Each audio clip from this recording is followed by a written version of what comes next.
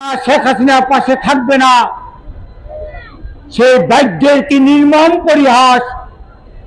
তারা তো নাই শেখ হাসিনাকে, ওই ফ্যাসিস্ট শেখ হাসিনাকে এই দেশ থেকে পলায়ন করতে বাধ্য হয়েছে, পালাতে বাধ্য হয়েছে। স্পষ্ট করে বলতে চাই, বর্তমান অন্তর্বর্তীকালীন সরকার, আপনার বয়স 4 মাস। আপনি কিছুদিন যাবৎ খুঁচাখুচি করেছিলেন, আবার এটা স্তব্ধ হয়েছে। 6 জন এখন আপনার অধীনে আছে। কেন কালক্ষেপণ হচ্ছে আমরা বুঝতে পারছি না। একবার যদি চুন খেয়ে মুখ পুড়ে দই দেখলেও কিন্তু ভয় লাগে। 11 বছর 9 মাসে যখন বিচার পাই নাই, আপনারা কালক্ষেপণ দেখে আমাদের ভয় হচ্ছে আপনারা সেই পতিত সরকার, ফ্যাসিস্ট সরকারের মতো আপনারা আচরণ করেন না।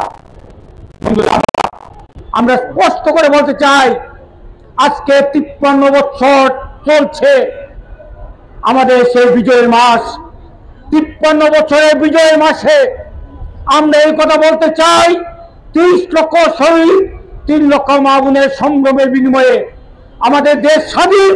এবং গত 5ই আগস্ট 2000-এর বেশি সেই ছাত্র শ্রমিক জনতার সেই রক্তের বিনিময়ে আমাদের সেই ফ্যাসিস্ট মুক্ত বাংলাদেশ।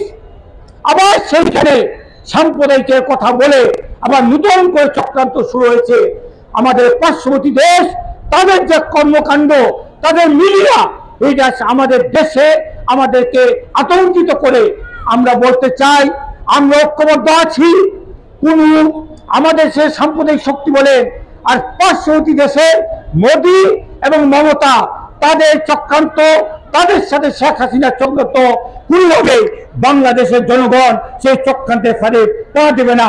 আমরা ওটার বিরুদ্ধে হুঁশিয়ারি করতে চাই। পাশাপাশি বিজয়ের মাসে এবং এক যুগে প্রাককালে প্রতি হত্যার সুষ্ঠু বিচার হবে